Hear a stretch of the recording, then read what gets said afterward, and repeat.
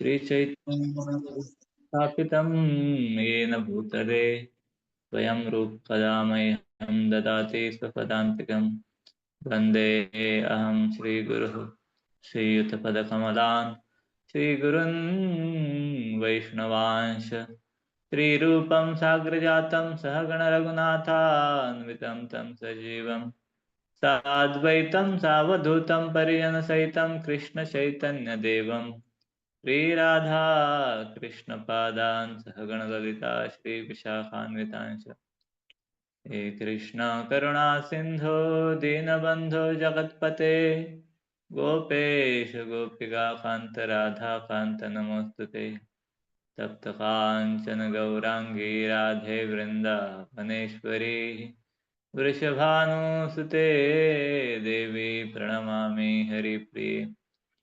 वाञ्छाकल्पतरुभ्यश्च कृपा सिन्धुभ्येव च पतितानां पावनेभ्यो वैष्णवेभ्यो नमो नमः।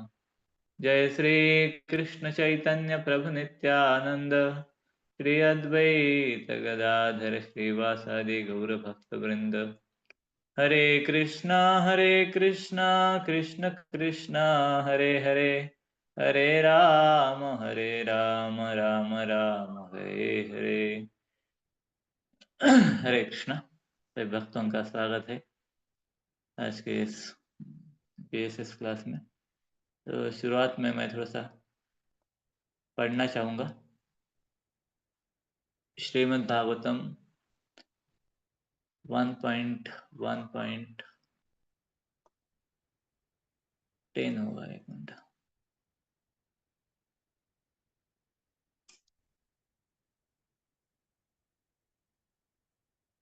प्रायेण अल्पायुष सभ्य कलावस्मिन् युगे च मंदः सुमन्दमतयो मंदभाग्या हि उपद्रुतः।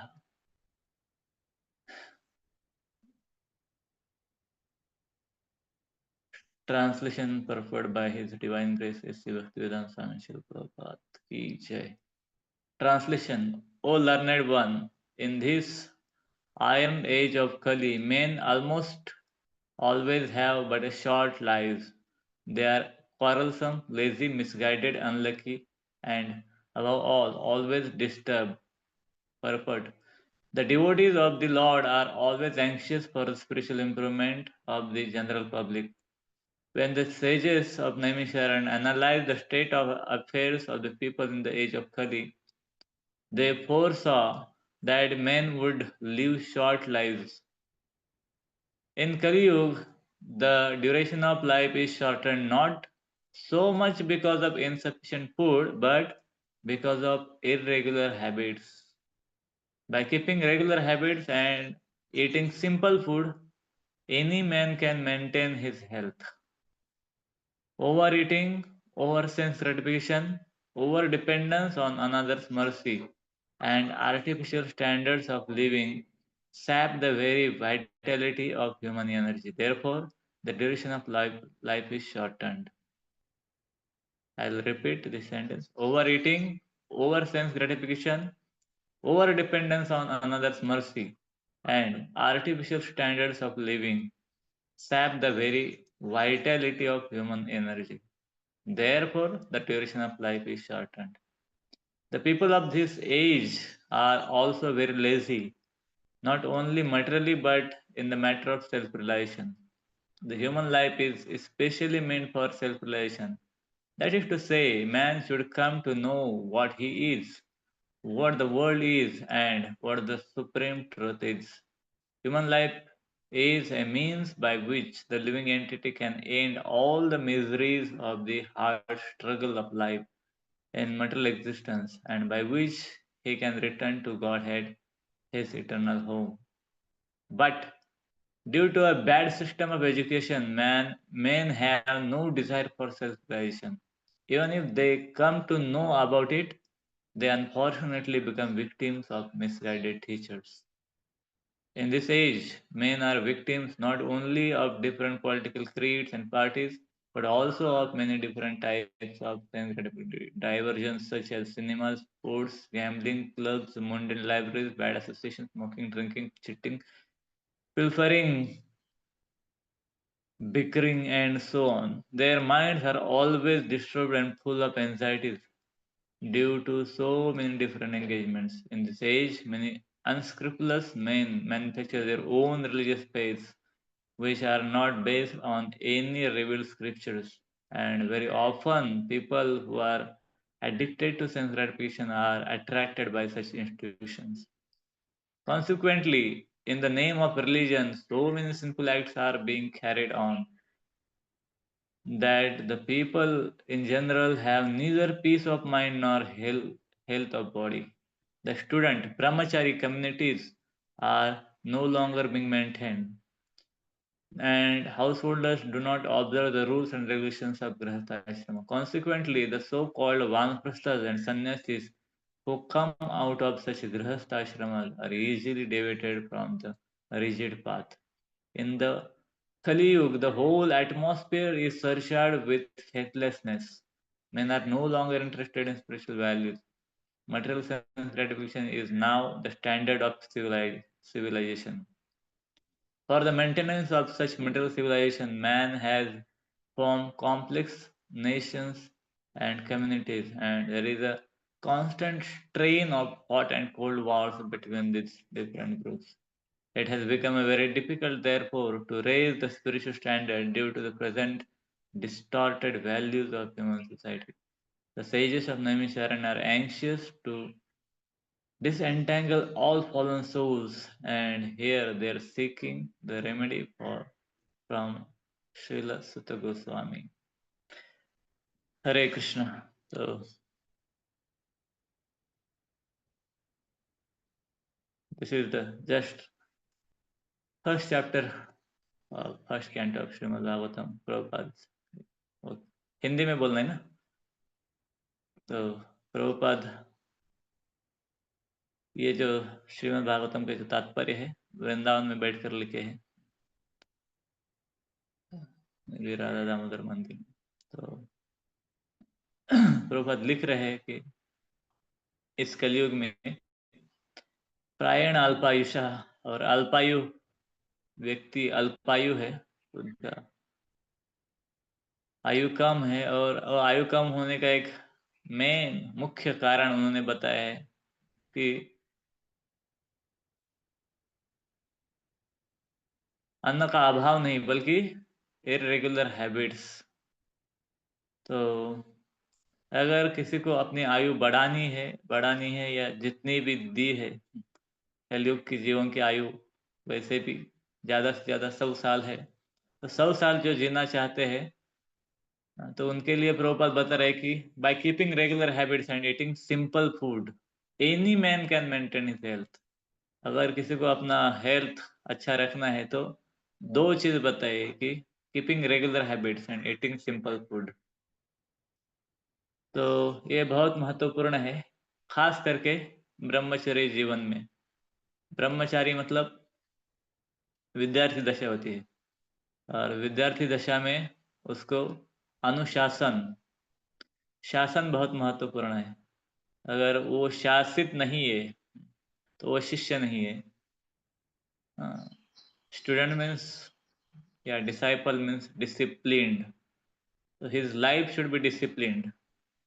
और उसमें सबसे बेसिक डिसिप्लिन यही है कि अगर कोई व्यक्ति अपने जैसे भगवान भी गीता में बताए योगी कैसा होना चाहिए, युक्त आहार विहारस्य युक्त चेष्टस्य कर्मसु युक्त स्वप्नावबोधस्य योगो भवति दुःखः। अगर हमारे जीवन में जो दुख है, ताप है, उसका हनन करना है, दुःख हा। अगर दुख बढ़ाना है तो बात अलग है, लेकिन जिनको दुख हा करना है, दुख दा अलग होगा और दुख हा अलग। इधर दुख हा के बारे में बता रहे हैं कि अगर दुख का परिमार्जन करना है, दुख को निवृत्त करना है, वैसे भी पूर्ण रूप से तो दुख मुक्त हो नहीं सकते, क्योंकि ये दुनिया इसके लिए ही बनाई है, दुख देने के लिए, दुखालयम है। फिर भी कुछ हद तक यहाँ पर शांतिपूर्ण जीवन जी सकते हैं। तो उसके लिए क्या जरूरी है कि युक्त युक्त युक्त युक्त भगवान कितनी बार बताए, युक्त आहार, युक्त विहार, युक्त चेष्टा, युक्त कर्म, युक्त स्वप्न, युक्त अवबोध। तो युक्त मतलब वही है कि रेगुलेटेड, जितना आवश्यक है उतना, और जिस समय आवश्यक है उस समय, उसको युक्त बोला गया है। तो युक्त आहार, पहले भगवान ने बोला कि आहार युक्त होना चाहिए। हमारा आज का टॉपिक भी वही है कि need of A proper diet.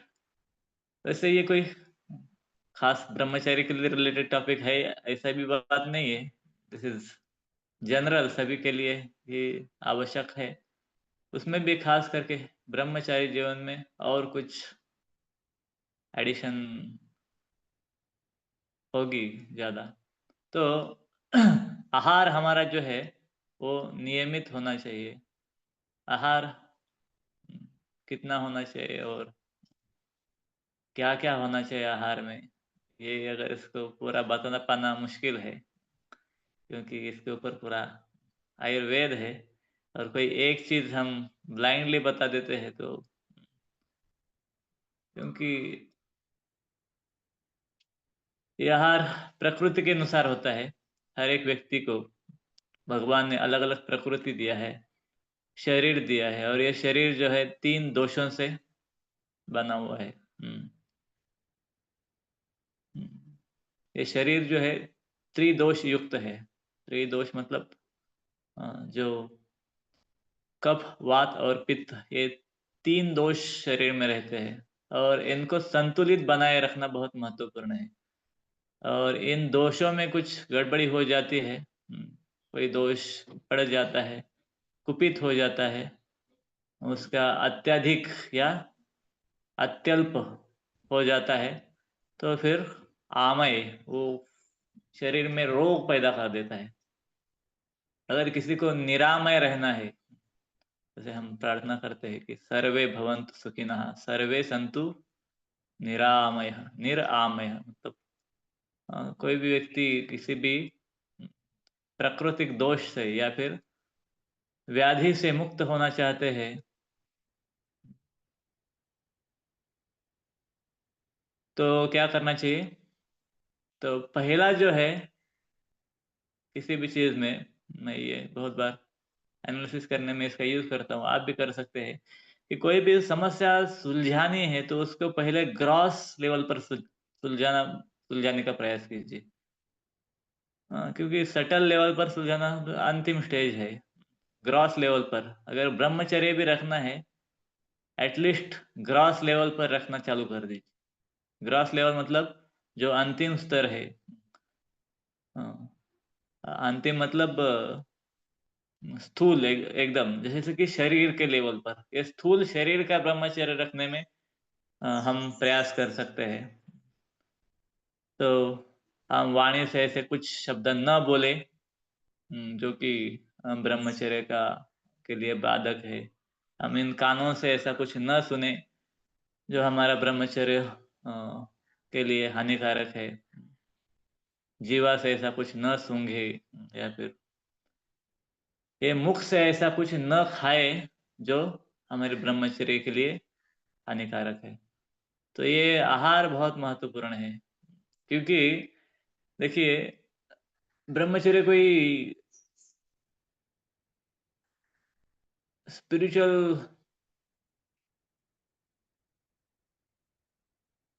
बात ऐसा कुछ नहीं है। ब्रह्मचर्य सिंपल, प्रभुपाद बोलते हैं कि it is matter of practice. कोई व्यक्ति ब्रह्मचारी रहता है इसका मतलब ये नहीं कि उसने बहुत कुछ जीत लिया है या कुछ हाँ, है ब्रह्मचर्य मतलब इतना भी आसान नहीं है। फिर भी ये भी मत समझिए कि ब्रह्मचारी बने रहना ही सब कुछ है, नहीं। ब्रह्मचर्य इज़ सिंपल प्रैक्टिस है। प्रभुपाद बोलते हैं कि, और ऐसे देखा गया है, देखा नहीं है बहुत सारे, दुनिया में ऐसे बहुत सारे लोग हैं जो भक्त नहीं है फिर भी ब्रह्मचर्य का पालन करते हैं, ब्रह्मचारी है। जैसे मायावती सन्यासी रहते, बहुत स्ट्रांगली स्टॉन्चली ब्रह्मचर्य का पालन करते हैं। और कई सारे लोग हैं। तो हमको ना सिर्फ ब्रह्मचारी बनना है, हमको कृष्ण भावना भावित ब्रह्मचारी बनना है। तो खाली ब्रह्मचारी भी बने रहेंगे तो हम जनलोक वगैरह में जाएँगे। खाली कोई सिलेबस का पालन करता है ज़िंदगी भर, उसको भी स्वर्गलोक से ऊपर जनलोक या फिर कोई गृहस्थ ब्रह्मचर्य का अच्छी तरह से पालन करता है, उसको महर्लोक की प्राप्ति हो सकती है। कोई सन्यासी, वानप्रस्थ सन्यासी, उनको सत्यलोक, ब्रह्मलोक की प्राप्ति हो सकती है। जो व्यक्ति जो ब्रह्मचारी अच्छी तरह से ब्रह्मचर्य का पालन करेगा, वो he can easily become a nice सन्यासी। और जो गृहस्थ अच्छी तरह से ब्रह्मचर्य का पालन करता है, वो अच्छा वानप्रस्थ बन सकता है। तो एनी हाउ ये ब्रह्मचर्य आवश्यक है, लेकिन ब्रह्मचर्य is not all in all. लेकिन इसको भी हम मैं वही बता रहा था कि पालन करना है तो पहले शारीरिक स्तर पर हमें पालन करना चाहिए। शरीर के स्तर पर जितना हो सकता है। तो ऐसा जीवा से कुछ खाना नहीं है जो ब्रह्मचारी के लिए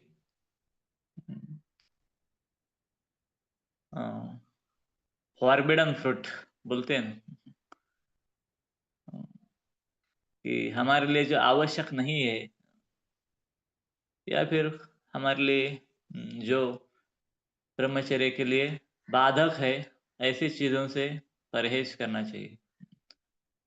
तो ब्रह्मचर्य के लिए सबसे महत्वपूर्ण और आवश्यक क्या है? तो प्रभुपाद बताते हैं हमेशा के लिए, कितने तो तात्पर्य में प्रभुपाद बताए हैं कि अ, सबसे महत्वपूर्ण है कि हमें क्या करना चाहिए कि केवल कृष्ण प्रसाद को ही ग्रहण करना चाहिए। इस जीवा से कोई ऐसा पदार्थ को स्पर्श न करे जो भगवान को अर्पित नहीं किया गया है। हम प्रसाद तो खा प्रसाद तो ग्रहण करते हैं, प्रसाद सेवा करते हैं, लेकिन हमारा दूसरा एक समस्या है कि हम केवल प्रसाद ग्रहण नहीं करते। तो प्रभुपाद वही बताते हैं कि केवल प्रसाद ग्रहण करना चाहिए। प्रसाद तो बहुत सारे लेते हैं, लेकिन प्रसाद के साथ अन्य भी देखिए, ये जो पूरा शरीर अगर हम मानते हैं, इसको देह को अगर हम हमारा मानते हैं, तो फिर ये अहंकार हो गया। प्रकृति से द्वारा बना गया ये शरीर अगर हम खुद का मानते हैं, तो फिर ये अहंकार विमूढ़ात्मा, अहंकार से विमूढ़ या भ्रमित जीव है, ऐसा समझना चाहिए। लेकिन ये शरीर भगवान का दिया हुआ है, या फिर एक क्षेत्र है, या फिर हमें एक साधन दिया है भगवान की प्राप्ति करने के लिए, ऐसा मानते हैं, तो फिर हम बहुत सारी चीज़ों से बच सकते हैं, जैसे कि ओवर ईटिंग है या ओवर सेंस ग्रेटिफिकेशन है, तो इससे बच सकते हैं। हम जब कुछ खाते हैं, तो उसकी इंद्रिय तृप्ति की इच्छा से नहीं खाना चाहिए, कृष्ण की प्रसन्नता के लिए खाना चाहिए। या यज्ञ समझकर, ये नित्य यज्ञ जो करते हैं हम, तो यज्ञ समझकर हम आहार लेना चाहिए।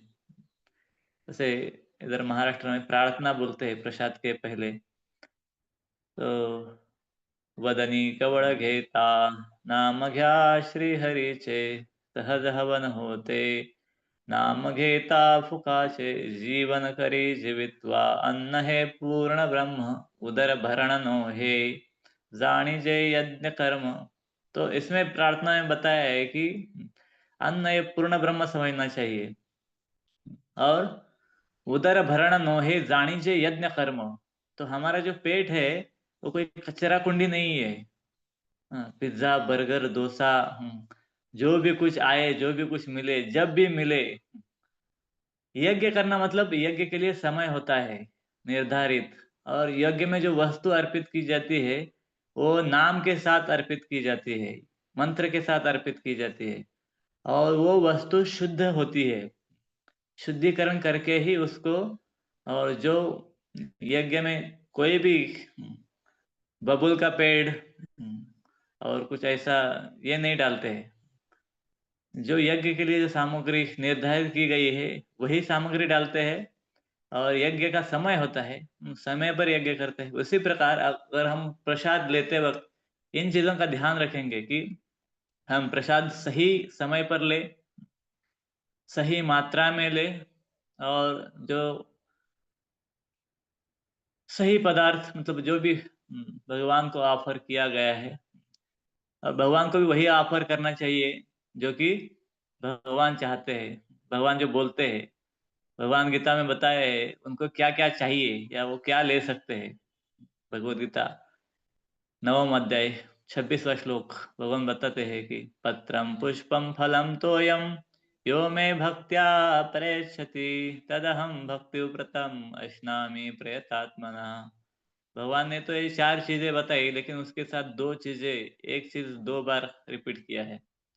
ये 4 चीजें मैं स्वीकार करता हूँ। कौन सी? पत्रम पुष्पम फलम तोयम, लेकिन उसके साथ इट शुड बी अनॉइंटेड, और इट शुड बी, जैसे चपाती मैं सूखी नहीं खाता हूँ, उसके साथ घी चाहिए, वैसे ये 4 चीजें है। पत्रम पुष्पम फलम तोयम ये दे रहे, उसके साथ और क्या चाहिए?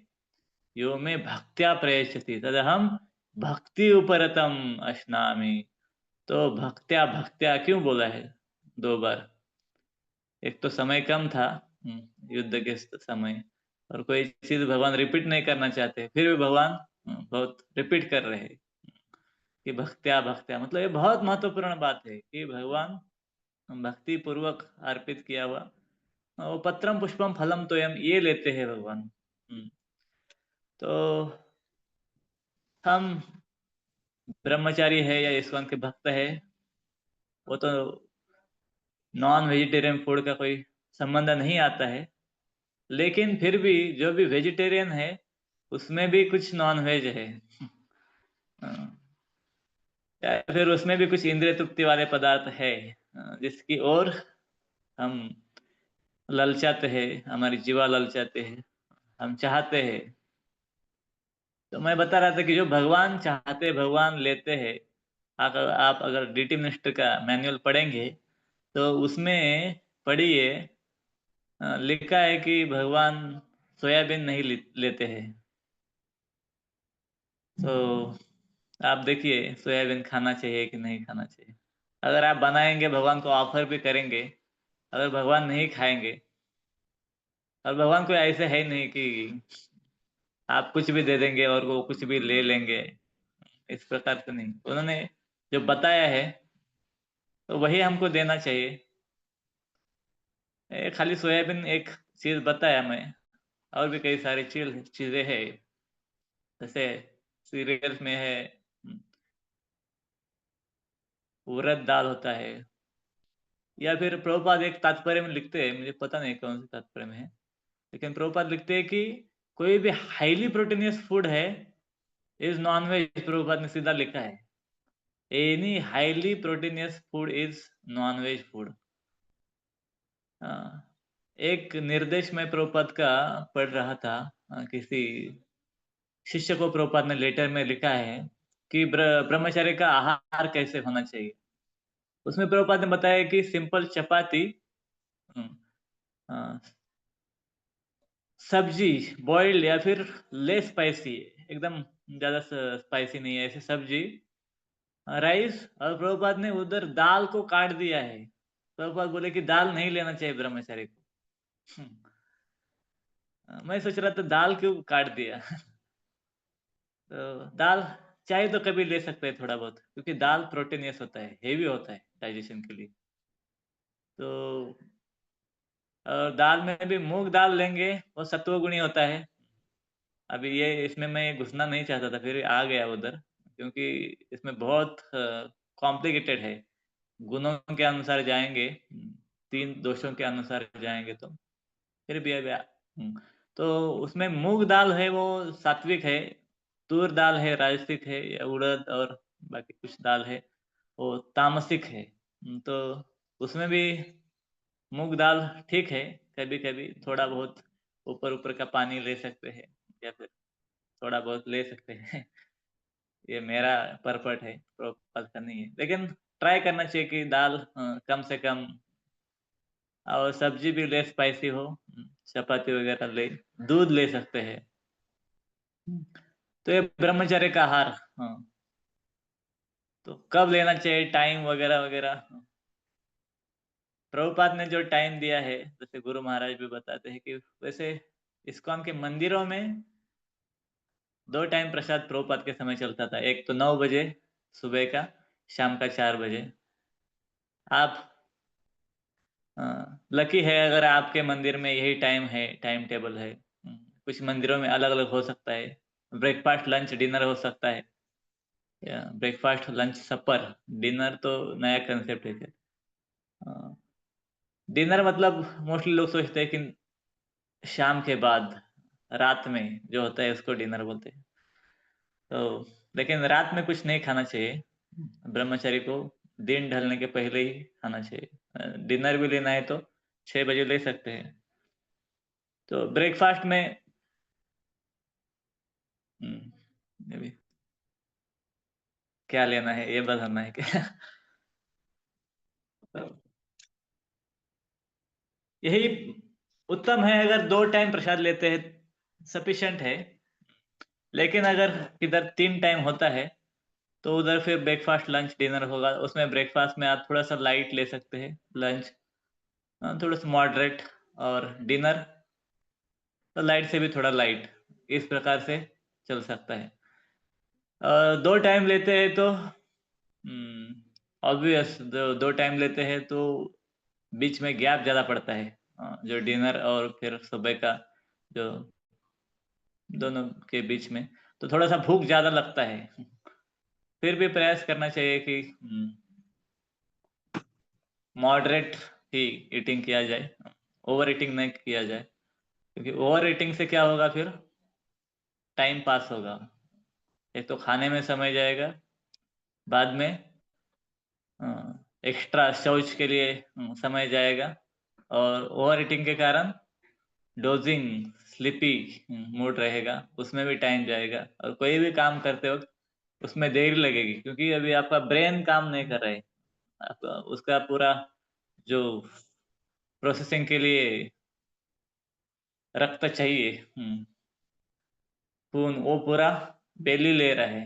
वो बोलता है कि इधर आवश्यकता है, इधर भेजो। तो ब्रेन काम नहीं करेगा। तो इसलिए मॉडरेट ईटिंग मॉडरेट मतलब कितना? तो आयुर्वेद में एक जगह ऐसे बताया है कि आप आपकी दोनों मुट्ठी ऐसा पकड़कर उसमें जितना आता है दैट मच इज़ सफिशिएंट कि उतना ही खाना सफिशिएंट है। तो उससे अगर ज़्यादा करते हैं ईटिंग तो ओवर ईटिंग से क्या होगा? शरीर को पुष्टि नहीं मिलता है, वो शरीर का एनर्जी खींच लेता है। ऑप्टिमम सॉल्यूशन जिसको मतलब शरीर को कम खाना दिया जाए, तभी भी उसको क्रेविंग रहेगा। बीच में बाद में जल्दी भूख लगेगा, बीच में ही कुछ खाने का इच्छा होगा और बीच में कुछ खाएँगे 2 खाने के बीच में। फिर और आपका जो भूख है, वो कम होगा, अग्नि मंद हो जाएगा बीच में ही और उसके कारण और कई सारी समस्याएँ हो सकती हैं। तो इसलिए इतना ही खाना चाहिए मॉडरेट वैसे बताया है कि 1/3 ऑफ योर बेली उसकी जो कैपेसिटी है, उसका 1/3 पृथ्वी तत्व से भरना चाहिए। मतलब जो भी है चपाती या फिर पराठा, राइस, दाल 1/3 अन्न भर सकते हैं, 1/3 पानी भरना चाहिए। जूस हो, पानी हो दाल का भी जूस उसमें जो पानी है वो पकड़ सकते हैं। हाँ, तो वो 1/3 होना चाहिए पानी का कंटेंट और 1/3 एयर रहना चाहिए, खाली रहना चाहिए क्योंकि पेट में कोई ग्राइंडर नहीं लगाया है। अ, कर करके पीसेगा। पेट ये ट्यूब है, ट्यूब। और वो उसका जो पाचन करता है, वो पाचन करने के लिए उसको कॉन्ट्रैक्शन, रेरिफिकेशन, इस प्रकार वो, तो उसको कॉन्ट्रैक्ट होने के लिए कुछ तो एयर, उधर कुछ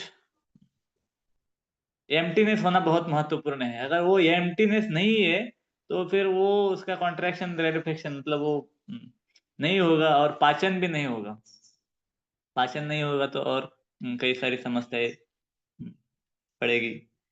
तो हालांकि हमारा जो मूवमेंट है, प्रभुपाद ने इसको किचन मूवमेंट बोला है, किचन रिलीजन बोला है, लेकिन ये किचन रिलीजन दूसरों के लिए है, हमारे लिए नहीं।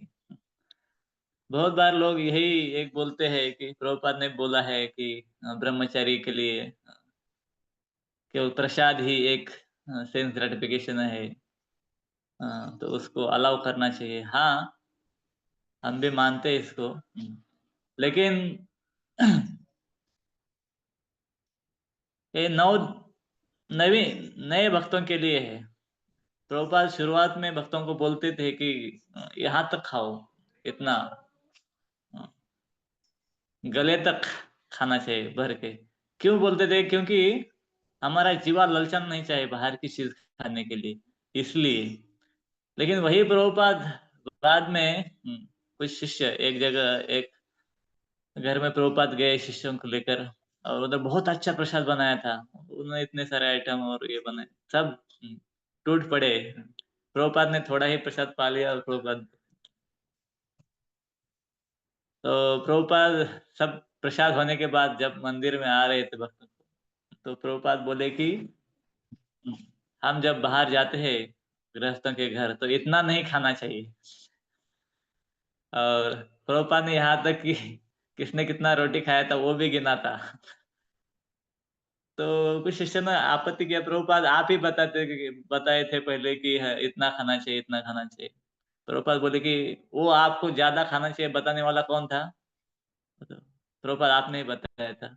अभी कम खाने के लिए बताने वाला कौन है? प्रभुपाद आप ही बता रहे, तो मेरा सुनो।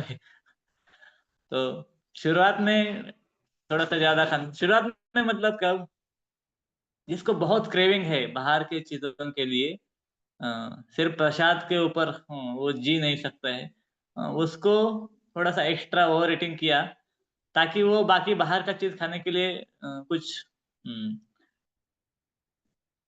क्रेविंग ही ना रहे, या फिर जगह ही नहीं है तो खाएगा कैसे। इसलिए वो फिर शुरुआत के दिनों में प्रसाद थोड़ा सा अ, चलेगा, लेकिन बाद में हमें क्या करना चाहिए? इंद्रिय संयम करना चाहिए। इसलिए प्रभुपाद उपदेशामृत में पहले ही श्लोक, अत्याहार प्रायश्च, उसमें कई सारे चीज लिखे हैं इसके ऊपर, अत्याहार नहीं करना चाहिए हमको। अ, बहुत simple living, high thinking, Prabhupada ने यही सूत्र तात्पर्य में पूरी जगह रिफ्लेक्ट किया है कि हमारा लिविंग सिंपल हो, खाना भी सिंपल हो, और उच्च विचार हो। भालना खाई बिहार, भालना परिबो, हृदय ते राधा कृष्ण सर्वदा सेविबो। तो बहुत अच्छा अच्छा कपड़ा कपड़ा नहीं पहनना चाहिए, ग्लॉसी, टाइट, इसमें पैक्स दिखे, या फिर झगमग करने वाले, या उत्तेजना देने वाले ऐसे कपड़े न पहने, और जीवा को तुष्टि करने वाले या जीवा को ललचाने वाले, जी ललचाए रहा न जाए, ऐसे पदार्थ को नहीं खाना चाहिए। मेनली जो रजोगुणी फूड होते हैं, सॉल्टी, ऑयली, स्वीट्स, इनसे परहेज, या फिर जितना कम हो सके उतना खाना चाहिए। तो ब्रह्मचर्य के लिए अच्छा है कि वो रस युक्त जो भी चीजें हैं, सात्विक है, उसको ग्रहण करे। हमारे इस्कॉन में एक समस्या यही है कि हम बहुत स्वीट खाते हैं, तो इससे बचना चाहिए। भगवान कितना भी खा सकते हैं, हम भगवान के साथ कॉम्पिटिशन नहीं करना चाहिए। या जो भी भगवान ने खाया है, वो हमें सब खाना है, ऐसे कोई चीज़ नहीं है। भगवान को कभी-कभी 56 भोग लगाते हैं, तो भक्त सोचते हैं कि हमको भी 56 भोग का एक-एक आइटम तो मिलना चाहिए। देखिए, मैं ऐसा सुना था ज़्यादा से ज़्यादा हम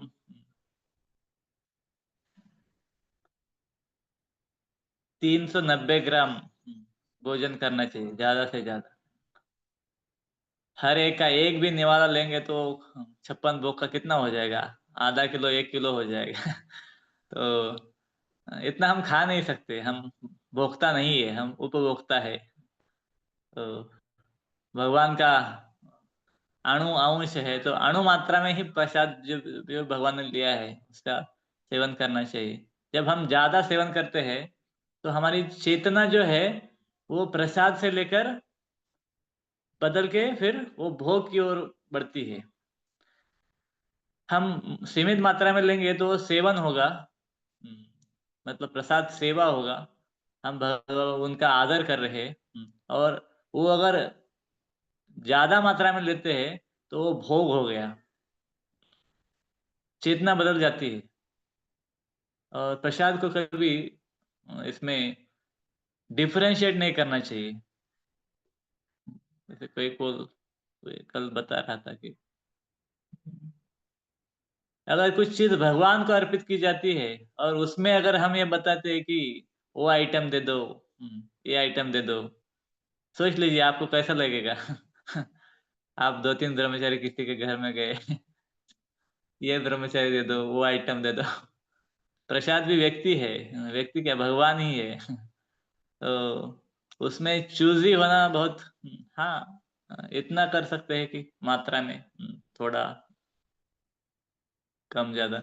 लेकिन इसमें स्पेशली महाप्रसाद जब आता है, तो कोई व्यक्ति ऐसे चूज़ करता है ये आइटम, वो आइटम, इसका मतलब वो भोग की दृष्टि से उसको ग्रहण करना चाहता है। लेकिन कोई व्यक्ति जब भी मिला है स्वल्प मात्रा में, उसको शिरोधार्य धारण करके फिर उसको ग्रहण करता है, वो प्रसाद की चेतना हो गई। इसमें एक कथा मुझे याद आ गई छोटी। शोपच वाल्मीकि की कथा शायद आपने सुनी होगी। ये युधिष्ठिर महाराज के समय की बात है कि वो यज्ञ कर रहे थे। भगवान ने आदेश दिया था उनको यज्ञ कीजिए, और यज्ञ में जितने भी आस-पास के भक्त हैं, ब्राह्मण हैं, सबको बुलाने के लिए बोला था, और सबको प्रसाद खिलाना है, जो भी वो माँगते हैं वो देना है। और उधर एक कौंच रखा था, शंख।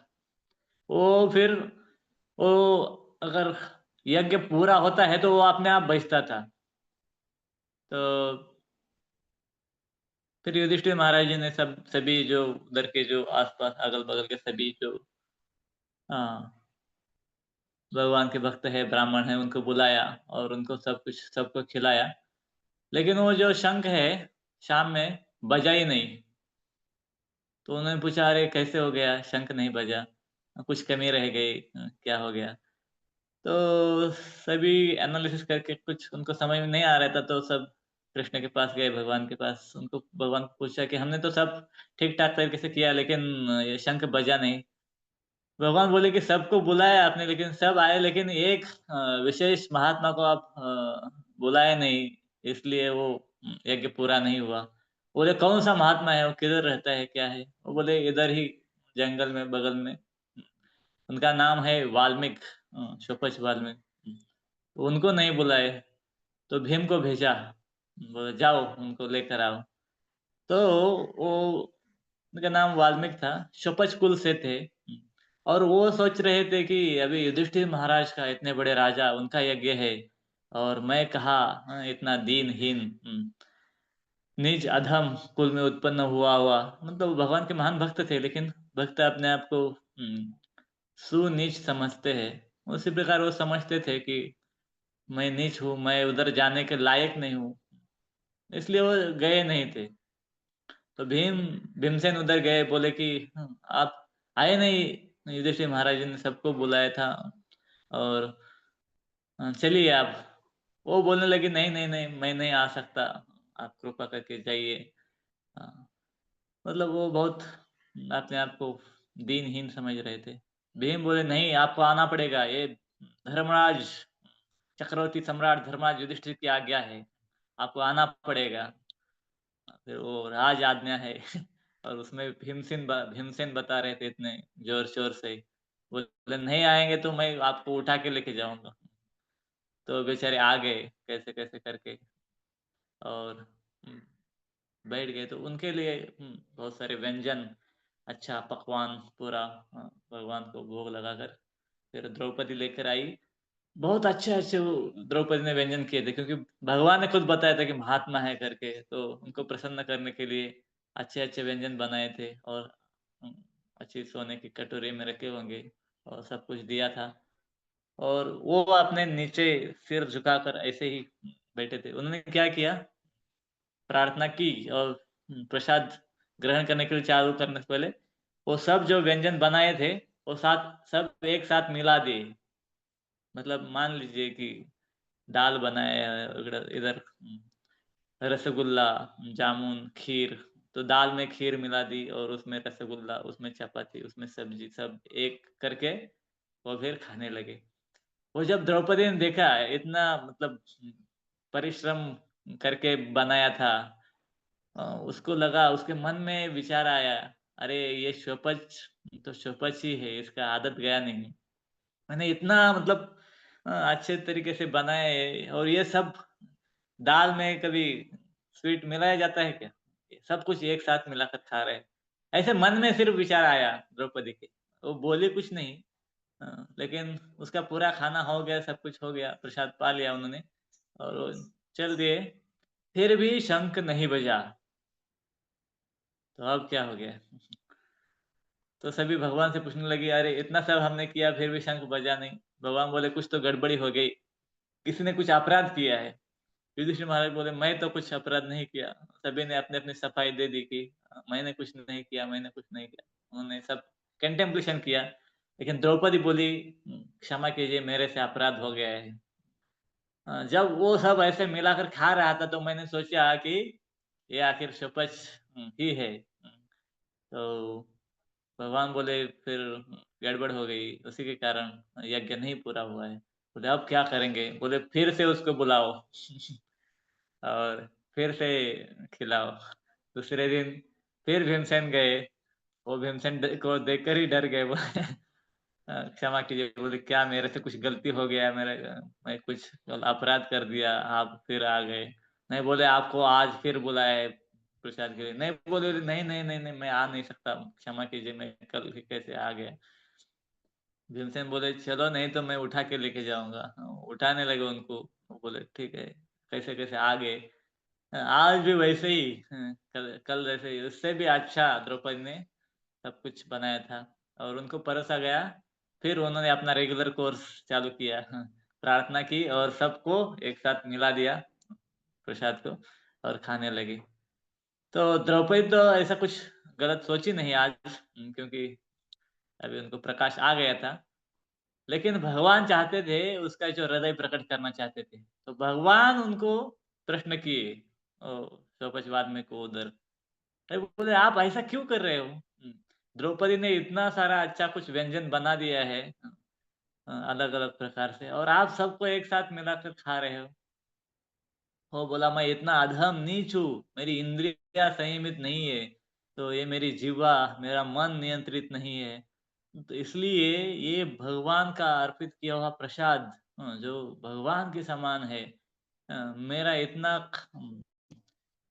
अनकंट्रोल्ड माइंड है, मेरा बुद्धि ठीक कार्य नहीं करता है। कभी-कभी ये इसके बारे में ऐसा सोच सकता है कि हुँ, ये अच्छा पदार्थ हुआ है, ये अच्छा नहीं हुआ है, इसमें तेल कम है, इसमें नमक कम है, ऐसा कभी मैं दोष बुद्धि आ सकता है।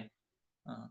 मेरा आइटम भाव ऐसा कभी जागृत हो सकता है। इसलिए मैं क्या करता हूँ, सभी को एक साथ मिलाकर पाता हूँ, ताकि कोई ऐसा डिफरेंशिएट मैं ना करूँ और अ, प्रसाद के चरणों में, श्री चरणों में मेरा कोई अपराध ना हो।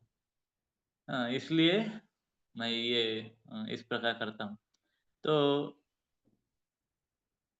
फिर सबको समझ में आ गया, ख़ास करके द्रौपदी के अ, उनको समझ में आ गया कि इसका कितना उच्च भाव है। मैं क्या समझ रही थी, हम क्या समझ रहे थे, लेकिन इनका भाव क्या है कि ये सब कुछ भगवान का प्रसाद है। मैंने सुना था कि संत तुकाराम महाराज भी ऐसा करते थे।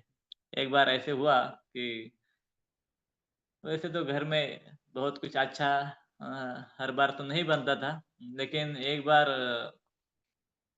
अ, जो जीजाबाई थी, तुकाराम महाराज की पत्नी, तो उसने बहुत अच्छे-अच्छे व्यंजन बनाए क्योंकि उसका भाई आया था घर में। तो कभी-कभी हमारे मायके से कोई आता है तो उसके लिए बहुत अच्छा बनाया जाता है। तो बहुत अच्छा बनाया था और दोनों को बिठा दिया, तुकाराम महाराज जी और उनके भाई बगल-बगल में बैठे थे। तो उसको बहुत ही एक प्रकार का अहंकार थोड़ा-सा हो गया था, तुकाराम महाराज जी की पत्नी को, कि मैंने आज इतना अच्छा बनाया है ये, वो। तो वो तुकाराम महाराज जी भाँप गए, समझ सके। तो उन्होंने क्या किया, वो सब कुछ एक साथ मिला दिया और मिलाकर खाने लगे। तो वो बहुत गुस्सा हो गई। बोले कि आपको समझ में नहीं आता है कैसे खाना है? इतना अच्छा तरीके से बना है। तो तुकाराम महाराज जी उधर उसका जो गर्व है, उसको हरण करना चाहते थे। लेकिन पता नहीं, मैं भी ऐसे कुछ दिन ट्राई किया था। आप में से किसी ने ट्राई किया है कि नहीं? लेकिन इतना अच्छा लगता है कि आप अगर सभी चीज़ एक साथ मिलाकर खाते हैं ना, इतना संतुष्टि आता है। अ, आप बोलेंगे फिर आपने कुछ ही दिन क्यों ट्राई किया, उसके बाद क्यों छोड़ दिया? मैं इसलिए कुछ ही दिन ट्राई किया, उसके बाद छोड़ दिया है क्योंकि इतना अच्छा लगता था कि उसके कारण मेरा थोड़ा-सा ओवर ईटिंग होने लगा। मतलब इसलिए मैं वो फिर थोड़ा छोड़ दिया। नहीं तो मैं मतलब कुछ दिनों के लिए ट्राई किया था। मैं सभी को ऐसा नहीं बोल रहा हूँ, लेकिन जो भी है। तो हमें प्रयास करना चाहिए कि आहार का संयमन करना चाहिए, और फिर आहार संयमित नहीं है तो शरीर में विकार, व्याधि पैदा होगी। तो आयुर्वेद में कहा, एक जगह बताया है कि हमें आहार, औषधि, आप अगर संस्कृत में ये वनस्पति को औषधि बोलते हैं, औषधि। आहार को अगर औषधि की तरह नहीं लेते हैं, मेडिसिन की तरह नहीं लेते हैं, तो आपको मेडिसिन को आहार की तरह लेना पड़ेगा। एक स्टेटमेंट मैंने सुना था। आप इसके ऊपर विचार कीजिए कि ये पाकशास्त्र जो है बहुत डिटेल्ड साइंस है।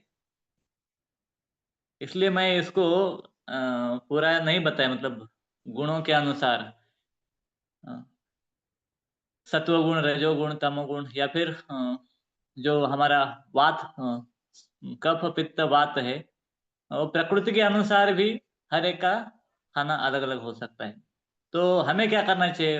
आप बोलेंगे कि हमारे इधर तो ऐसा मंदिर में सत्वगुणी लोगों के लिए या कफ वालों के लिए अलग प्रसाद, पित्त वालों के लिए अलग प्रसाद, वात वालों के लिए अलग प्रसाद, ऐसे नहीं बनता है। लेकिन उधर सभी के लिए बनता है, लेकिन सब कुछ हमारे लिए नहीं बनता है। ये हमें ध्यान में रखना चाहिए। जो भी बना है उसमें से कुछ हमारे लिए बना है, बाकी दूसरों के लिए बना है। ये हमें समझना चाहिए। बहुत बार कुछ भक्त जैसे बड़े-बड़े मंदिर रहते हैं, उधर ज़्यादा भक्त रहते हैं और अलग-अलग प्रकृति रहता है। तो बहुत कुछ बनता है, कभी-कभी 2-2 3-3 सब्जियाँ बनती है, और बहुत कुछ स्वीट भी 2-2 बनते हैं या फिर और कुछ होता है। तो हमको लगता है कि सब कुछ हमारे लिए बनाया है। तो हम वो सैलेड भी लेते हैं।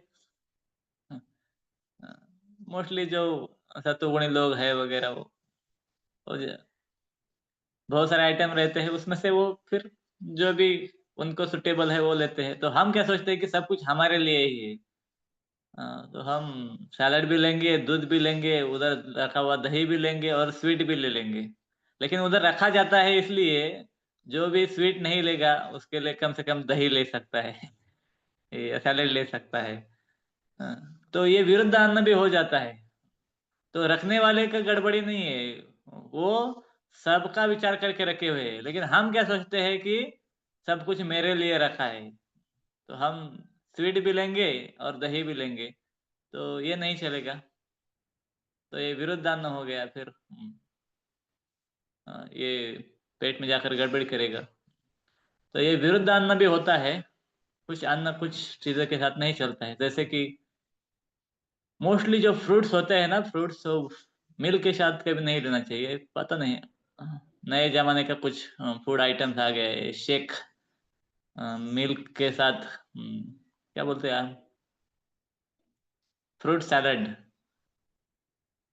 सैलेड मतलब सैलेड होता है, फ्रूट सैलेड नया टर्म ये नया टर्म है, नया फूड है। और उसमें अब अगर जंक फूड में जाएँगे तो नाम ही लेने का नहीं है। पिज़्ज़ा, पास्ता, कोई वक़्त बोलते हैं नरक का रास्ता। मैं सुना था, किससे सुना?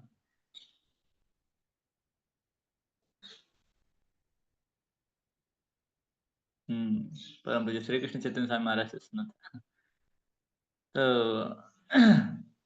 कई-कई फॉरेनर भक्त हैं, मतलब सन्यासी उम, है, वो फॉरेनर होकर भी ये उधर का आइटम है, लेकिन वो नहीं लेते हैं पिज़्ज़ा, पास्ता और वो लेने के लिए भी मना करते हैं। तो हमें बचना चाहिए, ये जो भी हमें भक्ति का जो आधुनिकीकरण हम कर रहे हैं ना, थोड़ा-सा उससे बचना चाहिए। हर चीज़ में हम थोड़ा-सा मज़ा चाहते हैं। जप में भी बीच में थोड़ा-सा मोबाइल चाहते हैं, कीर्तन में भी थोड़ा-सा क्या बोलते हैं आज वो ड्रम वग़ैरह,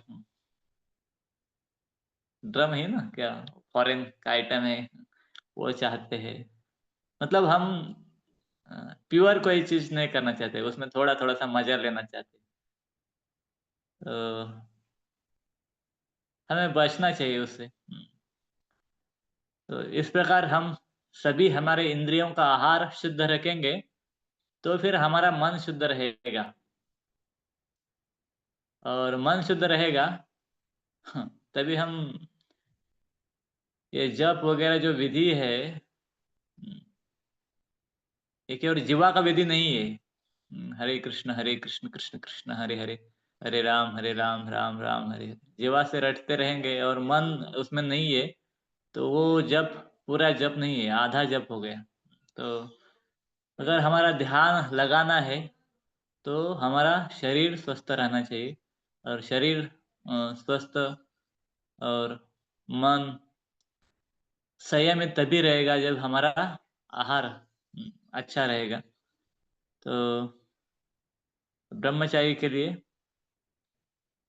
प्रयास कीजिए कि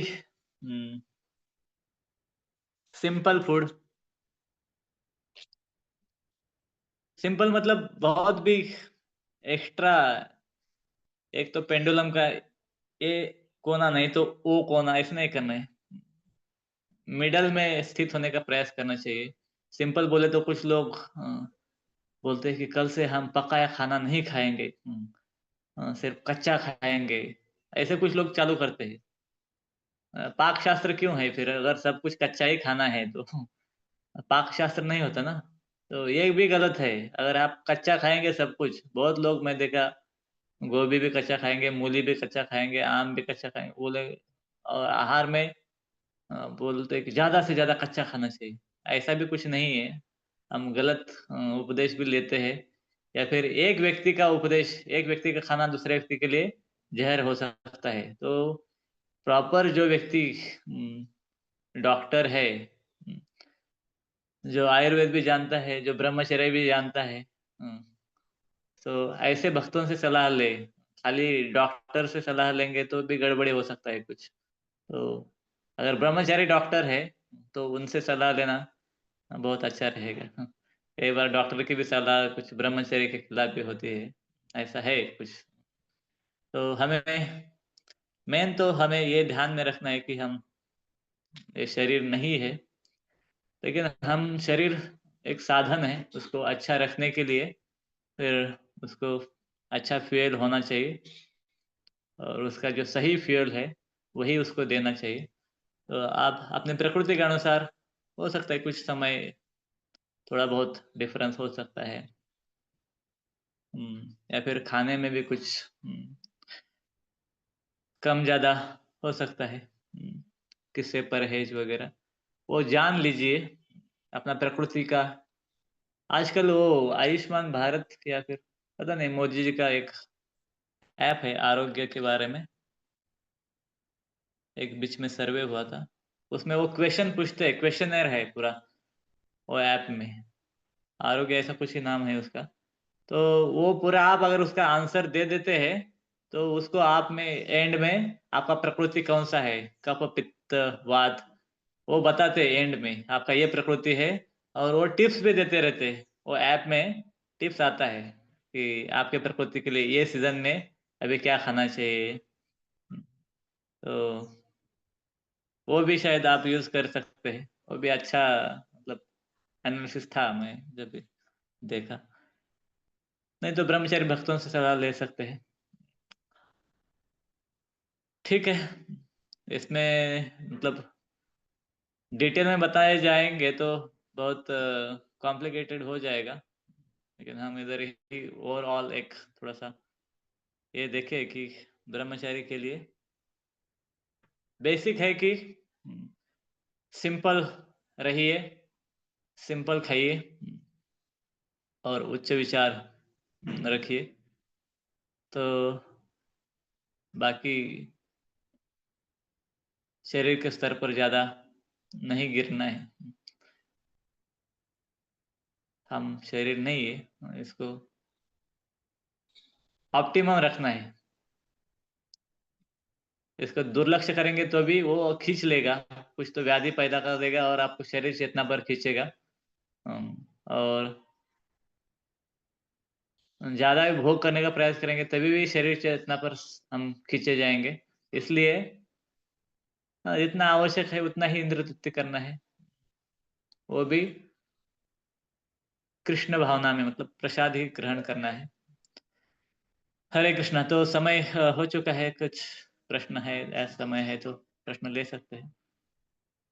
हरे कृष्णा।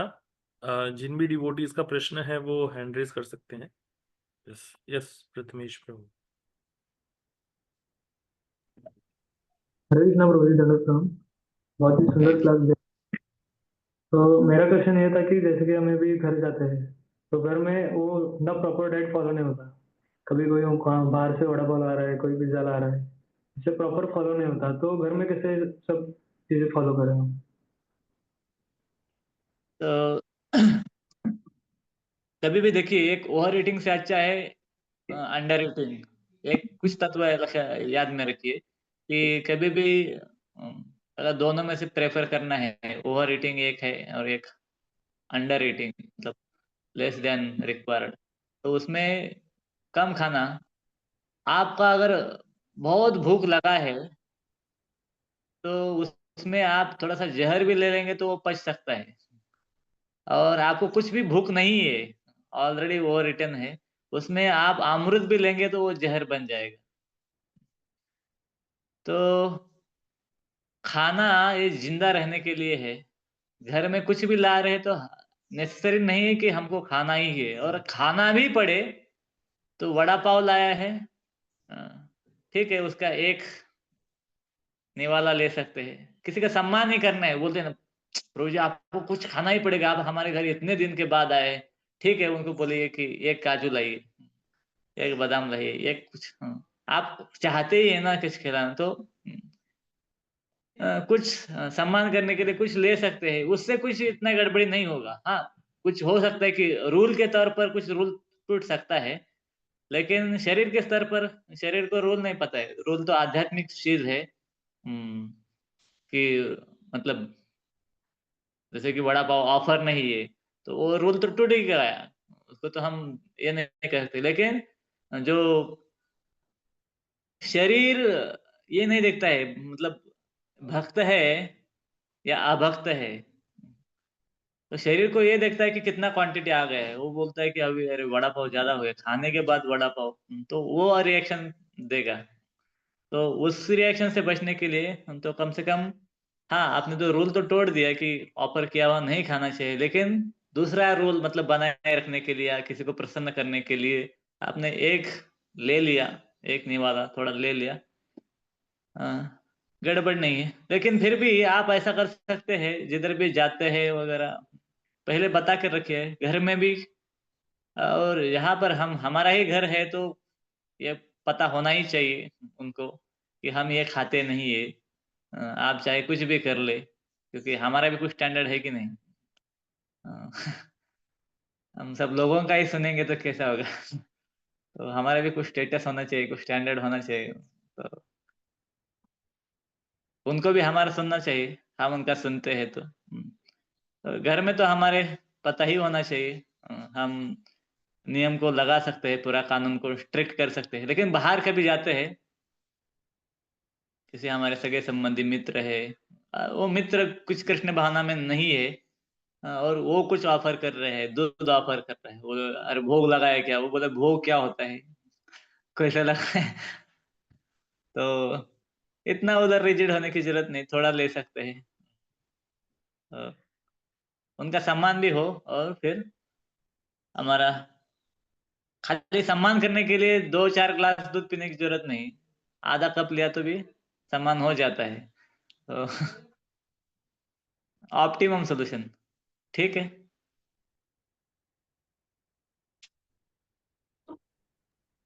यस रोशन प्रभु, आप पूछ। कृष्ण बोलिए प्रणाम। तो जी मेरा एक क्वेश्चन है कि जो कब पित्त वायु हमको पता कैसे चलेगा कि कब ज्यादा है कि पित्त ज्यादा है कि वायु ज्यादा है, और हमारी भक्ति में कौन सा अच्छा होता है?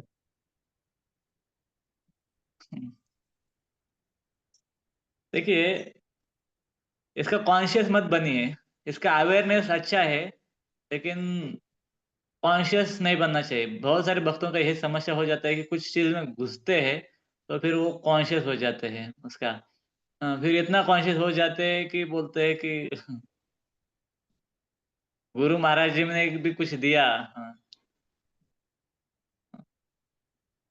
मान लीजिए गुरु महाराज आ गए 6 महीने के बाद और स्वीट दे दिया, वो बोलते हैं नहीं नहीं, स्वीट से परहेज है। हाँ, मुझे स्वीट, मेरा वात प्रकृति है, और मुझे स्वीट नहीं चाहिए, क्या कब प्रकृति है। तो इतना ओवर कॉन्शियस भी नहीं होना चाहिए, लेकिन हाँ, अवेयरनेस के लिए कुछ आयुर्वेद का कुछ सेक्शन है, उसको पढ़ सकते हैं, या फिर स्पेशली अष्टांग हृदयम, ये शायद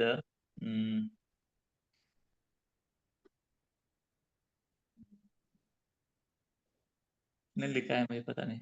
अष्टांग हृदयम, ये निघंटु का है।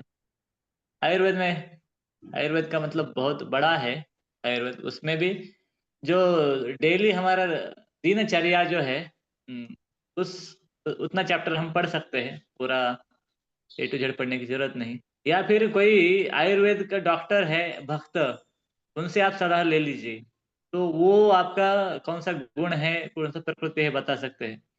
और शुरुआत के समय में जब आप ज्यादा यंग है, तो ये ज्यादा विविडली समझ में नहीं आता है, क्लियरली, और उस समय में आप कुछ भी खाते हैं वगैरह, वो पच जाता है, कुछ समस्या नहीं होती।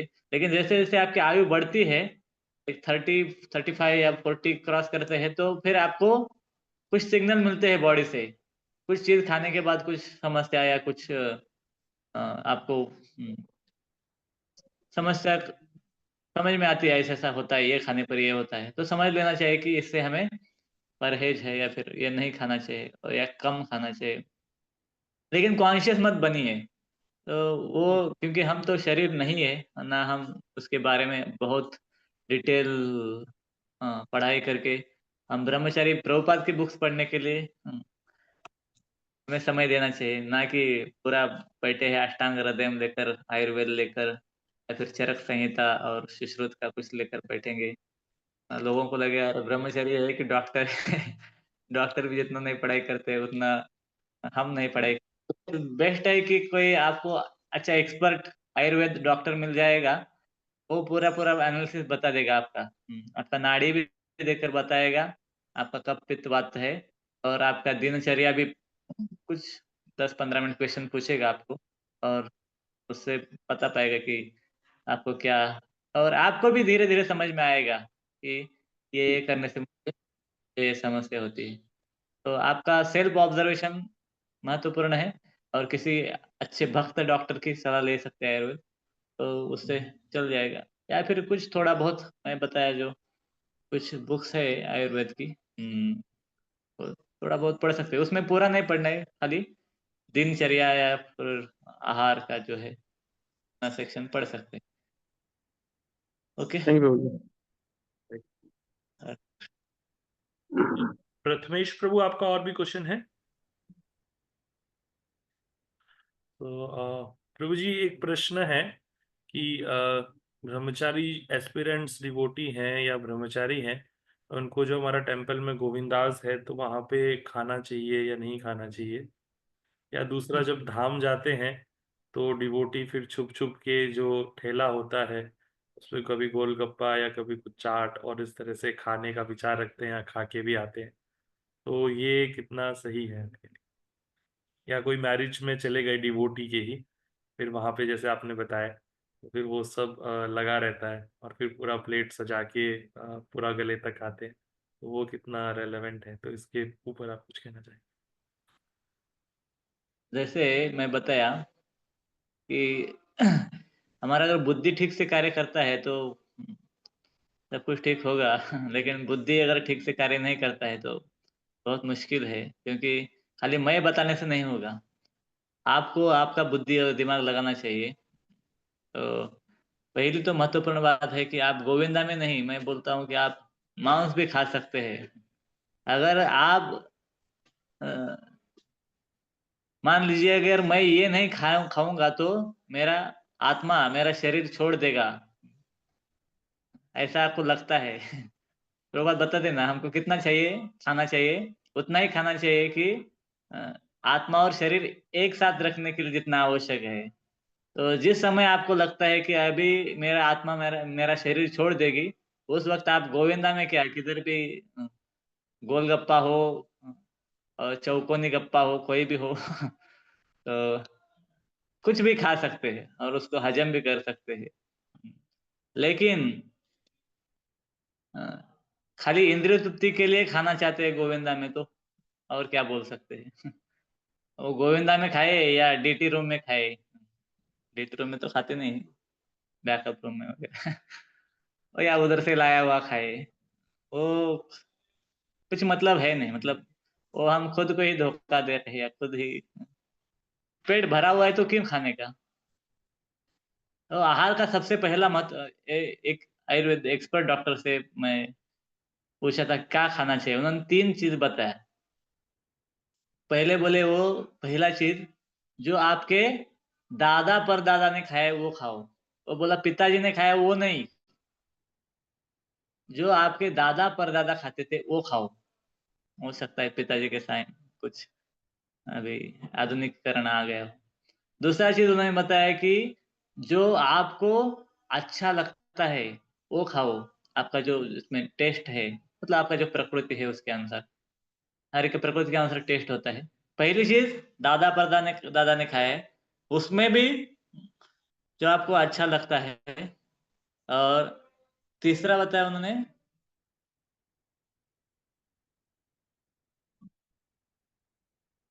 वो मात्रा के संबंध में था, जब तक आपको अच्छा लगता है। मतलब देखिए कुछ लोग हमका हमारे सामने खाना आता है ना, तो पहले खाना चालू कर देते हैं और एंड में देखिए जिनका भी कमेंट आता है ना, इसमें नमक कम है, स्वीट या ऐसा थोड़ा ज्यादा है, ये सभी कमेंट एंड में रहता है। आप कभी सोचे हैं आप इसके आगे भी ऑब्जर्वेशन कीजिए, जब पहला निवाला खाते हैं 2-4 खाते हैं तब तक कभी कमेंट नहीं आता है। कमेंट बहुत ही कुछ गड़बड़ होगा तो पहले ही वाले में आएगा, लेकिन नॉर्मल जो कमेंट रहता है वो एंड में आता है। और जब ऐसा कमेंट करने का मूड हो ना, तभी समझ लेना चाहिए कि अभी बस हमारा पेट भर गया है।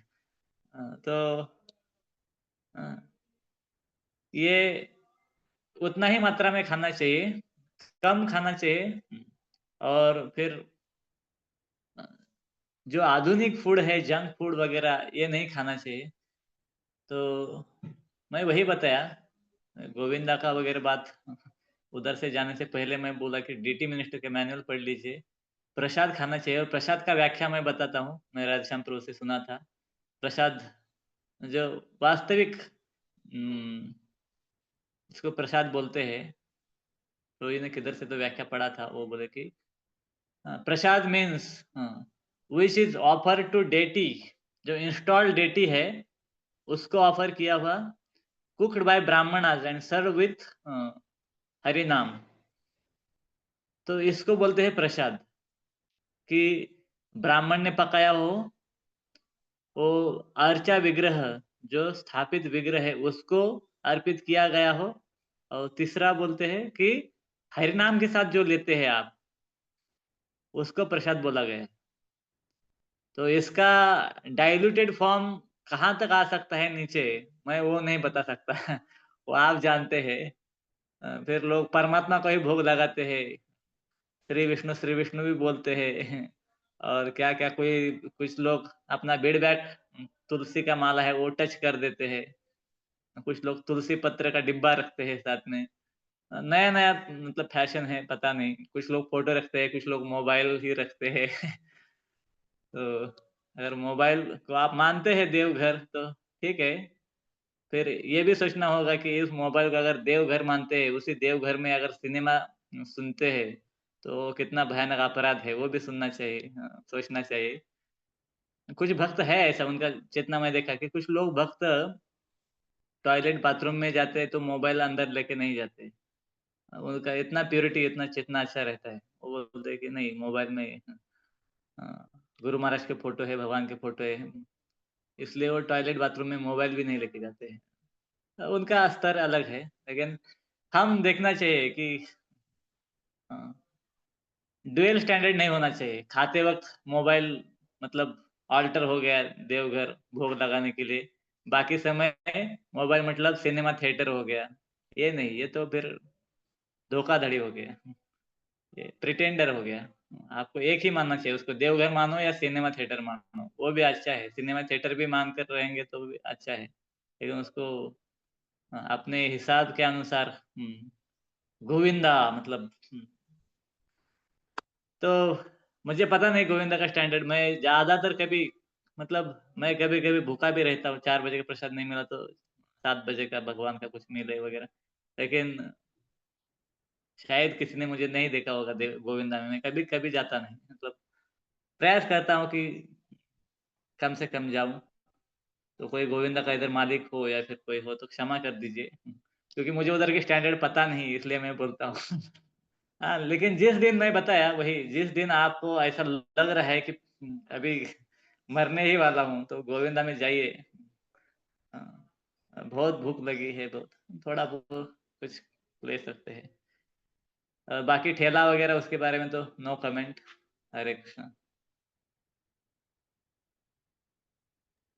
यस प्रभु जी, एक दो क्वेश्चन और ले सकते हैं। हाँ, प्रथमेश प्रभु, यस। हरे कृष्णा प्रभु जी, दंडवत प्रणाम।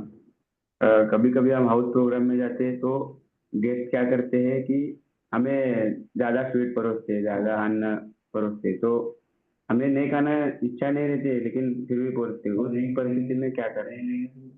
नहीं लेगा हाँ, तो वो बुरा मान जाएंगे। हाँ। हाँ। हाँ, तब क्या करें प्रभु जी? तो ये बाहरी अच्छा बहाना है हमें ओवर ईटिंग करने का। मुझे याद आ गया, ये मेरी एक छोटी मतलब क्या बोलते हैं, भतीजी थी भतीजी। उसको बहुत पुरानी की बात है, अभी उसका शायद शादी भी हो गया, बहुत पुरानी बात है। तो वो छोटी एकदम 1-2 साल की थी, तो उसको बोलते थे कि हमारे घर में चाय ले लो चाय, मतलब उसको चाय देते थे। तो वो अपना हाथ आगे करती थी, नहीं चाहिए मुझे, मत दे दो मुझे। मतलब हाथ आगे करती थी और बोलती नहीं, नहीं, नहीं, नहीं, नहीं चाहिए। अभी वो छोटी थी एकदम, मतलब वो तो अंदर से चाहती थी, हाथ आगे आता था, फिर भी वो मुख से, क्योंकि वो रीति है ना कि कोई भी कुछ देता है तो पहले ना बोलने का है। हमारा भी वैसा ही है, हमारा मन चाहता है और हम बोलते हैं कि गृहस्थ ऐसा करते हैं। तो ये मैं एक अच्छे गृहस्थ का उदाहरण बताता हूँ, बहुत अच्छे गृहस्थ है। वो एक्चुअली शाम होने के बाद कुछ नहीं लेते हैं और तो मुझे उनका नियम पता है, लेकिन ब्रह्मचारी जाएँगे ना, तो बहुत अच्छा कुकिंग करेंगे, बहुत बहुत खिलाएँगे। और उधर ख़ास करके मैं एक बार अनुभव लिया हूँ, बोलेंगे आपके लिए प्रभु जी स्वीट बहुत अच्छा है, आपका वात प्रकृति है, वात वाला व्यक्ति कितना भी स्वीट खा सकता है, आप ऑयली भी खा सकते हैं, आपको कुछ प्रॉब्लम नहीं है। वो मुझे वात के बारे में और स्वीट और वो जो खाना है कैसे उसके बारे में बताएँगे और उनको खाने के लिए बोल देंगे तो नहीं बोलेंगे मैं शाम हो गया ये। मतलब ये उनका बड़प्पन है, ये उनका महिमा है कि वो आपको बुलाते हैं और ज़्यादा से ज़्यादा खिलाना चाहते हैं। हाँ, तो वो ज़्यादा से ज़्यादा जितना खिलाएँगे वो उनके लिए अच्छा है। लेकिन ये हमारे लिए ये अच्छा है कि हम कम से कम खाएँ या फिर जितना ही उनका आदर करने के लिए आवश्यक है उतना खाएँ। तो कभी भी पहले लगाए हुए प्लेट पर नहीं बैठना है। ये बहुत धोखाधड़ी है। तो स्पेशली हम कभी ब्रह्मचारी भक्तों को अपना प्लेट बनाने के लिए बोलते हैं। कुछ लोग बोलते हैं कि मैं थोड़ा-सा संयम करना चाहता हूँ, लेकिन प्रभु जी क्या करूँ? वो प्लेट लगाने के लिए बोला उसने इतना सारा प्लेट में डाल दिया। तो आप दूसरा प्लेट लेकर बैठिए, तो उसमें सब कुछ निकाल दीजिए। देखिए अच्छा है कि आप प्रसाद आने के पहले, प्रसाद में क्या-क्या है ये दिखने के पहले बाहर खड़े रहिए और आज सोच लीजिए कि आज मैं कितना खाऊँगा? चपाती 1 खाऊँगा, 2 खाऊँगा, डेढ़ खाऊँगा, सब्ज़ी कितनी खाऊँगा और उतनी जाकर अंदर आँख बंद करके बोलिए 1 चपाती दे दो। आधा क्या है? आधा स्पून ये दे दो, 1 स्पून ये दे दो, वो ठीक है। लेकिन हम जाते हैं ना, सब देखते हैं ना, तो बहुत मुश्किल होता है कंट्रोल करने के लिए। मॉल में घुसने से पहले हमारे पास लिस्ट होना चाहिए क्या खरीदना है और प्रसाद हॉल में घुसने से पहले हमें क्या खाना चाहिए इसका लिस्ट माइंड में होना चाहिए। नहीं तो बहुत गड़बड़ी है, पूरा मॉल में घुसेंगे, पूरा पॉकेट एम्प्टी हो जाएगा, क्रेडिट पर सामान खरीद कर लाएँगे। प्रभु जी इसके ऊपर 20% डिस्काउंट, इसके ऊपर 50% डिस्काउंट और ये भी बहुत अच्छा दिख रहा है और ये भी ले लो और वो भी ले लो। वैसे ही भोजनालय में होता है, ये भी ले लो, वो भी ले लो। तो ये बहुत अच्छा है गृहस्थों के लिए कि वो अगर आपको ज़्यादा से ज़्यादा खिलाना चाहते हैं, ये उनका भाव है। लेकिन हमें कभी वैसा प्लेट लगाते हैं तो पहले बोलना चाहिए कि और एक एम्प्टी प्लेट लाओ, तो उसमें सब कुछ निकाल कर रखना चाहिए। मैं एक ब्रह्मचारी रिकमेंड नहीं करता लेकिन उनका आदत बताता हूँ, मैं देखा हूँ। कि वो क्या करते हैं प्रसाद लेने से पहले सभी जो चीज़ वो लेना चाहते हैं उसका टेस्ट करते हैं। दाल भी हो उसका भी और सब्ज़ी का भी, ऐसा जाएँगे और हाथ में थोड़ा सब्ज़ी दे दो, थोड़ा दाल दे दो थोड़ा और वो टेस्ट करके डिसाइड करते हैं कि आज कितना लेना है बस, वो उतना I am not recommending this for you but कि हमें वो पूरा-पूरा मतलब ये समझ में आना चाहिए, पहले ही चालू करने से पहले, एक बार चालू किया ना, तो फिर हमारे नियम कानून आ जाते हैं। वो हम तोड़ना नहीं चाहते। ओवर ईटिंग का तोड़ना चाहते हैं कभी भी, लेकिन फिर प्रसाद फेंकना नहीं चाहते हैं और उसके भी अलग-अलग मापदंड है। कुछ वक़्त एक्स्ट्रा कुछ ऐसा डाल भी दिया जाता है, तो कुछ वक़्त कभी भी एक्स्ट्रा ओवर ईटिंग नहीं करते। तो फिर वो प्रसाद फेंकते हैं क्या? फेंकते नहीं, वो उनका भाव अलग रहता है। वो किसी पेड़ को देते हैं या भूमि को देते हैं। उनका भाव मतलब अलग रहता है। वो प्रसाद को वेस्ट नहीं करते। फिर जैसे माता होती है, अपने बच्चे का जूठन खाती है, इस भाव में एक भक्त को मैंने देखा था। कभी एक्स्ट्रा हो भी गया तो वो अ, और वो बोलते भी नहीं है, और ना बोलते हैं ना मानते हैं। उनका भाव ऐसा रहता है कि वो फिर भूमि को दे देते हैं या फिर किसी पेड़ को दे देते हैं, इस प्रकार से। लेकिन हमें प्रयास करना चाहिए कि खाने से पहले ही एक प्लेट ले ले, उसमें जो भी एक्स्ट्रा है सब कुछ निकाल कर रखे, जितना हमें आवश्यक है उतना ही खाए। लेकिन हम बहाना ना दें कि ओवर ईटिंग के लिए गृहस्थ ने बहुत प्यार से परोसा था, इसलिए ओवर ईटिंग हो गया। ओवर ईटिंग से फिर हमारा बेली टाइट होगा, फिर वीर्य पतन होने की बहुत संभावना रहती है। तो ओवर ईटिंग ना करें। हरे कृष्णा। हरे कृष्ण प्रभु जी, एक और प्रश्न है चैट में। ठीक है, अंतिम। प्रभु जी प्रश्न है कि if a devotee is thin, he is recommended to eat more protein, what he should do then? खा सकते हैं। मैं वही बोला कि एक का खाना दूसरे के लिए जहर हो सकता है, तो सभी के लिए सब कुछ खाना नहीं है। लेकिन रिकमेंड जो किया है वो किसने किया है वो भी देखना चाहिए, और मोर मतलब कितना वो भी समझना चाहिए। क्योंकि कुछ डेफिनेशन ऐसा होता है ना कि उसको एक शायद राधेश्याम प्रो का एक लेक्चर था, how much is too much. तो वो समझना, क्लैरिटी, जिसका बुद्धि ठीक है, मैं वही बताया कि वो समझ सकता है कि मोर मतलब कितना।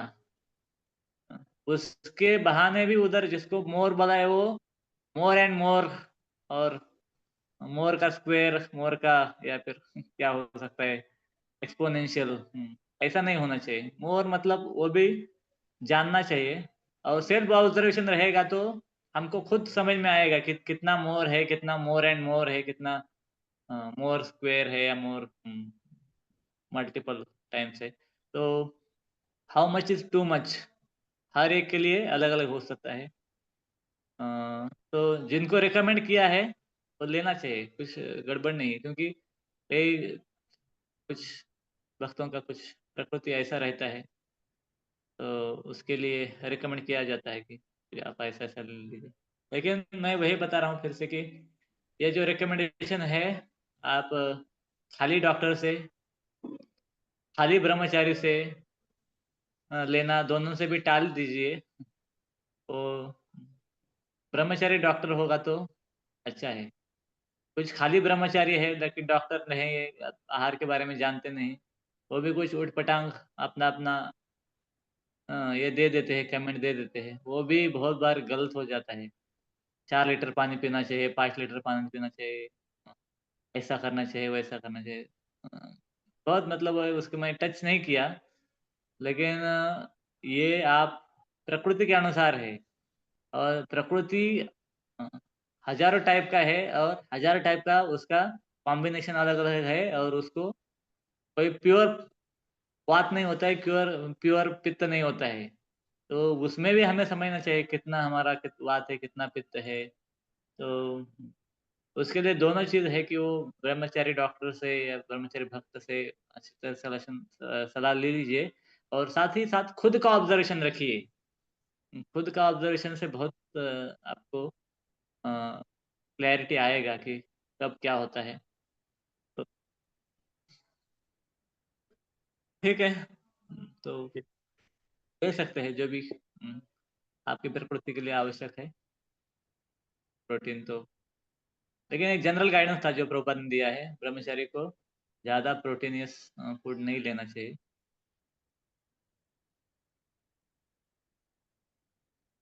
हरे कृष्णा। हरे तो सभी का बहुत बहुत धन्यवाद, आपने कुछ ध्यानपूर्वक सुना, और कुछ त्रुटि रह गई हो तो क्षमा कीजिए। प्रभु जी का भी धन्यवाद, श्रीमान कृष्ण प्रसाद प्रभु का, उन्होंने ये मुझे सेवा की सुअवसर प्रदान किया। हरे कृष्ण। जय श्री प्रभुपाद की जय। हरे कृष्णा। तो प्रभु जी ने आज बहुत महत्वपूर्ण टॉपिक है प्रसाद, जो डिवोटीज का एक बहुत बड़ा कंसर्न रहता है, तो उसके ऊपर प्रभु जी ने हमें गाइड किया। तो प्रसाद पाना यज्ञ करना है, तो ये भी हमें जानने को मिला। तो यज्ञ किस तरह से हम करते हैं, तो उसकी प्योरिटी को मेंटेन करना, टाइम का ध्यान रखना, क्या क्वांटिटी और उसका क्वालिटी क्या हो, ये भी हमें ध्यान रखना है। एंड इसके साथ साथ ही अगर हम प्रसाद को मेडिसिन की तरह नहीं खाएंगे, औषधि की तरह नहीं खाएंगे, तो औषधि को भी भोजन की तरह, प्रसाद की तरह खाना पड़ेगा पूरा पेट भर के। और इसके साथ साथ ही कई सारी स्टोरीज भी बताई और लास्ट में प्रभु जी ने क्वेश्चन आंसर्स भी किए। सो हम प्रभु जी का धन्यवाद करेंगे। हरे कृष्णा कृष्णा कृष्णा हरे हरे, हरे राम राम राम हरे हरे। और हम प्रभु जी से निवेदन करते हैं कि वो समय समय पे इस प्लेटफॉर्म पे आके अपना संग सानिध्य प्रदान करे। और प्रभु जी को भी हमने ऑब्जर्व किया है कि वो बहुत ही शांत तरीके से, एक बार हम कैंप में गए थे बरसाना, तो उनका ट्रेन लेट हो गया था पंढरपुर से आने वाले डिवोटीज का। तो जब भी हमारे को लेट हो जाता है प्रसाद पाने में और हमने प्रसाद नहीं पाया, जैसे मैं अपनी ही बात कहता हूँ, तो हम सोचते हैं जल्दी से जल्दी महाप्रसादी गोविंद आधा बोले और आधा महाप्रसाद के साथ ही खा जाए। तो ऐसा ना करके बहुत ही सुंदर तरीके से शांत स्वभाव से प्रभु जी प्रेयर्स को पढ़ रहे थे, उसके बाद प्रसाद को ग्रहण कर रहे थे। तो हम भक्तों जो अच्छे और एलिवेटेड डिवोटीज हैं, उनके स्वभाव से भी सीख सकते हैं कि किस तरह से हमें प्रसाद है उसका सेवन करना चाहिए। तो थैंक यू सो मच प्रभु जी फॉर दिस वंडरफुल एक्सपीरियंस और अपना संग सानिध्य देने के लिए। और सभी डिवोटी से निवेदन है कि वो अपना अटेंडेंस है वो जरूर मार्क करे। गूगल फॉर्म है वो आपके व्हाट्सएप ग्रुप में शेयर किया गया है। और टाइमली क्लास को अटेंड करने के लिए धन्यवाद। और सभी भक्तों से अनुरोध है कि अपना वेबकैम है वो जरूर ऑन करे, बिकॉज ये जो स्पीकर है उनके प्रति हमारा रिस्पेक्ट भी है। बिकॉज हम अभी ऑफलाइन प्रेजेंट नहीं है, तो ऑनलाइन अगर हम कोई भी सेशन ले रहे हैं तो इसका मतलब है कि हमारा वेबकैम है वो ऑन होना चाहिए, तभी हम स्पीकर जो भी हैं वक्ता है उनके सामने बैठे हैं। अगर हम वेबकैम बंद करके क्लास अटेंड कर रहे हैं, इसका मतलब हम absent है या सो रहे हैं, पता नहीं चलेगा। तो thank you so much. Next Friday फिर इसी समय मिलेंगे। हरे कृष्णा। जय कृष्ण प्रभुपाद की। पतितानां पावनेभ्यो वैष्णवेभ्यो नमः।